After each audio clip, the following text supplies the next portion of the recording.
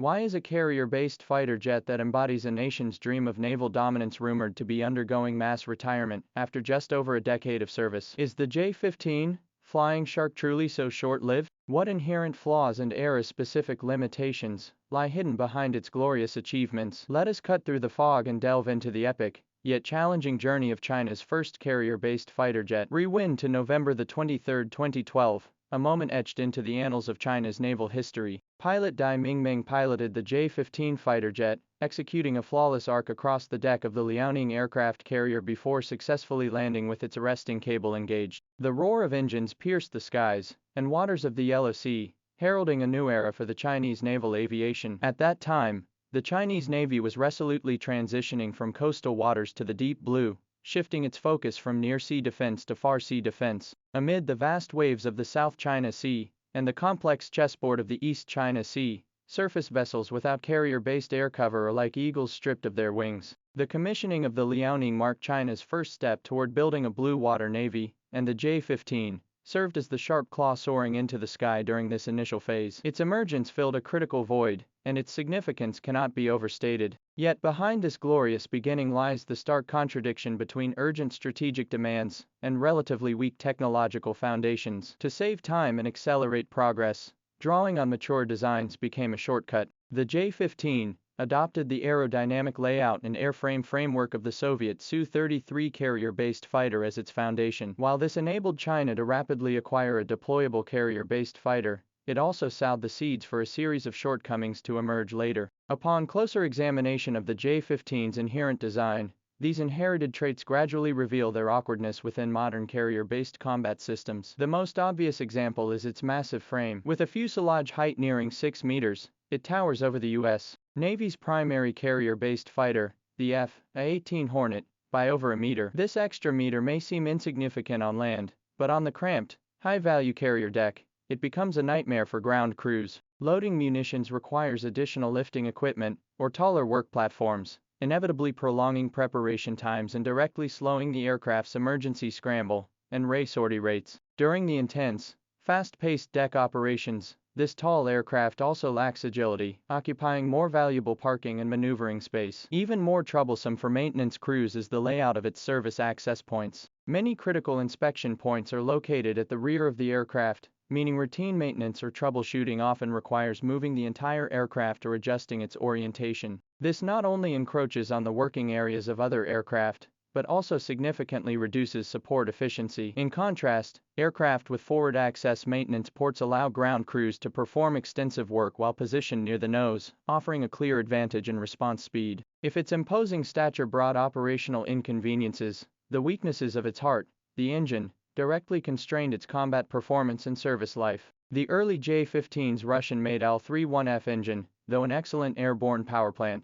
struggled to adapt to the harsh maritime environment of high salinity and humidity. In the corrosive salt mist environment of an aircraft carrier, their overhaul cycle was once as short as approximately 300 flight hours, with a total lifespan of about 900 hours, far below the standards of contemporary advanced international carrier-based engines. Although subsequent optimizations extended their lifespan to around 1,500 hours, bottlenecks in thrust and corrosion resistance persist. This limitation often leaves the J-15 struggling during heavy load takeoff missions, directly impacting its maximum combat payload and operational range. Additionally, the landing gear, reinforced specifically for ski jump takeoffs, subjects the airframe to immense stress when enduring impact forces during carrier landings that exceed several times the force of gravity. In terms of combat capability, the J-15 boasts a payload capacity of up to 10 tons, enabling it to carry various weapons such as anti-ship missiles and air-to-air missiles. It possesses formidable maritime strike and fleet air defense capabilities. However,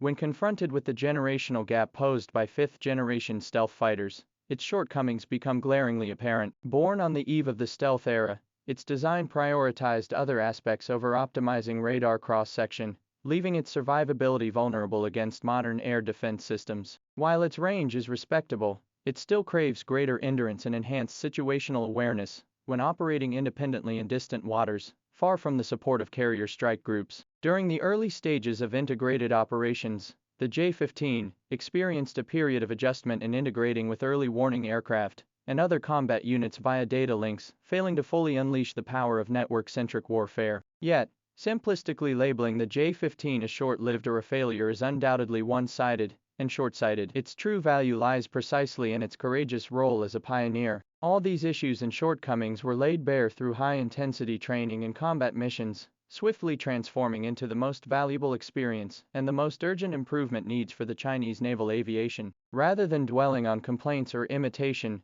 China's defense industry has digested, absorbed, and re-innovated at an astonishing pace. Consequently, we witness the J-15's continuous evolution, transitioning to the domestically produced WS-10 engine, offering greater thrust, higher reliability, and enhanced logistical autonomy, developing the J-15T variant compatible with electromagnetic catapults, paving the way for the Fujian aircraft carrier and future new generation carriers, and the birth of the J-15D electronic warfare aircraft, dedicated to electromagnetic suppression. This model has become an indispensable force multiplier within carrier strike groups, boosting operational readiness by 15%. These upgraded variants not only address early shortcomings, but also expand combat capabilities. More significantly, the J-15's development journey has charted the course and cleared obstacles for China's fully independent research and development of next-generation carrier-based aircraft. The J-35 stealth carrier-based fighter, scheduled for formal commissioning and electromagnetic catapult certification in 2025, addresses all core shortcomings of the J-15.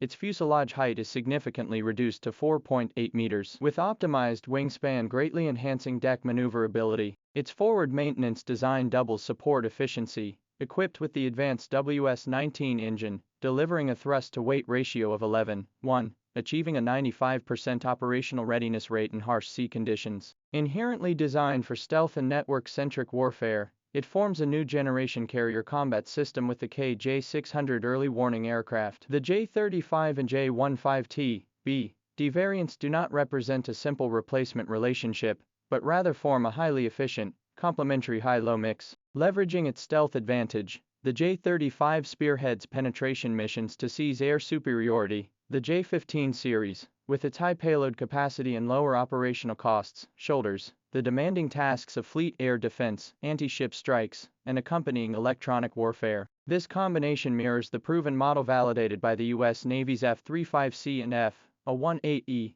F Super Hornet. Therefore, claims of near-total retirement are inaccurate. By the end of 2025, the Chinese Navy's carrier-based aircraft fleet had approached 200 units, with 70 to 90 J-15 variants still in active service. These aircraft have transitioned from being the absolute mainstay to serving as pillars for training, specialized mission platforms, and heavy firepower carriers. They remain a common sight on the flight decks of the Liaoning and Shandong carriers. During testing on the Fujian carrier, J-15Ts and J-35S flew side by side. In the December 2025 incident that drew significant attention, a J-15, launched from the Liaoning, successfully locked onto a foreign military aircraft, clearly demonstrating its enduring formidable deterrent capability in actual combat. The production line's accumulated expertise in manufacturing and management has effectively controlled production costs for subsequent models, even reducing the cost of critical subsystems, like carrier arresting gear, to 1/10 of the original price. Today, the J-15T seamlessly integrates